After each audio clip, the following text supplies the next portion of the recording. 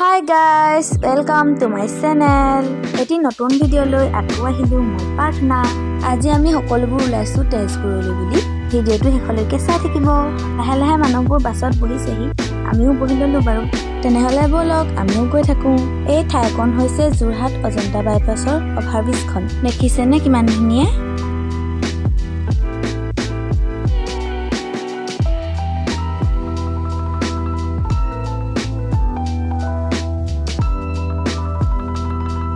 Finally আমি পাই গলোহি তেজপুৰ মানে কলিয়াভোমোৰা দলঙৰ তল। ইয়াতে আমাৰ পিকনিক খোৱা হ'ব। প্ৰথমে আমি ইয়াত ব্ৰেকফাষ্ট কৰিম, তাৰপিছত আমি অগ্নিগড় চাবলৈ যাম। সেই সময়ত আমাৰ লগত অহা ৰাধনীসকলে ইয়াত খানা বনাই থাকিব। এয়া হৈছে কলিয়াভোমোৰা দলঙৰ তলৰ দৃশ্যাংশ। এখন ধুনীয়া পিকনিক স্পট। ইয়ালৈ আমাৰ দলটোৰ দৰে অন্য ভালেকেইটা দলো পিকনিক খাবলৈ বুলি আহিছে। ব্ৰহ্মপুত্ৰৰ ওপৰত থকা নগাঁও আৰু শোণিতপুৰ জিলাৰ সংযোগী এই কলিয়াভোমোৰা দলংখন। এইবাৰ আমি আহিছোঁ অগ্নিগড় চাবলৈ বুলি। ই হৈছে তেজপুৰ চহৰৰ ব্ৰহ্মপুত্ৰৰ উত্তৰ পাৰত অৱস্থিত এটি ঐতিহাসিক দুৰ্গ। ইয়াত বান ৰজাই তেখেতৰ জীয়ৰী উষাক অগ্নিৰে বন্দী কৰি ৰাখিছিল, সেইবাবে ইয়াৰ নাম অগ্নিগড়। এইকেইজনী হৈছে আমাৰ ক্লাছৰ সৰু ছোৱালীকেইজনী। এয়া অগ্নিগড়ৰ ওপৰৰ দৃশ্য। কাষতে থকা ব্ৰহ্মপুত্ৰ নদীখনেৰে সৈতে এখন ধুনীয়া ঠাই।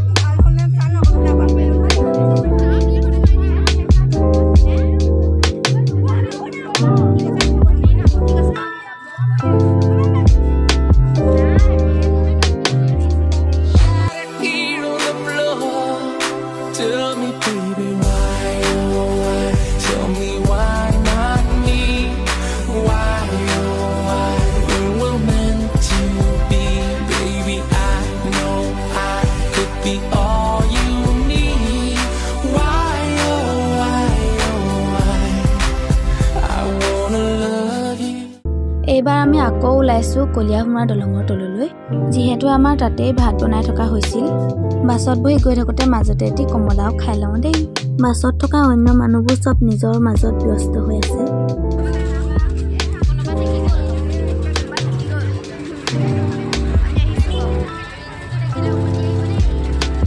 ফাইনেলি আমি ভাত খাবলৈ বহি লৈছোঁ।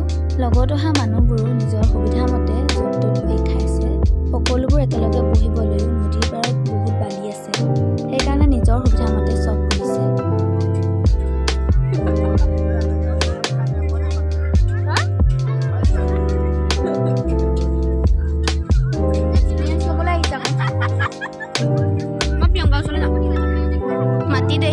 ফুৰি চাকি খাই বৈ এইবাৰ আমি ঘৰলৈ বুলি উভতিছোঁ। ইমান পৰে মোৰ ভিডিঅ'টো চাই থকাৰ বাবে ধন্যবাদ।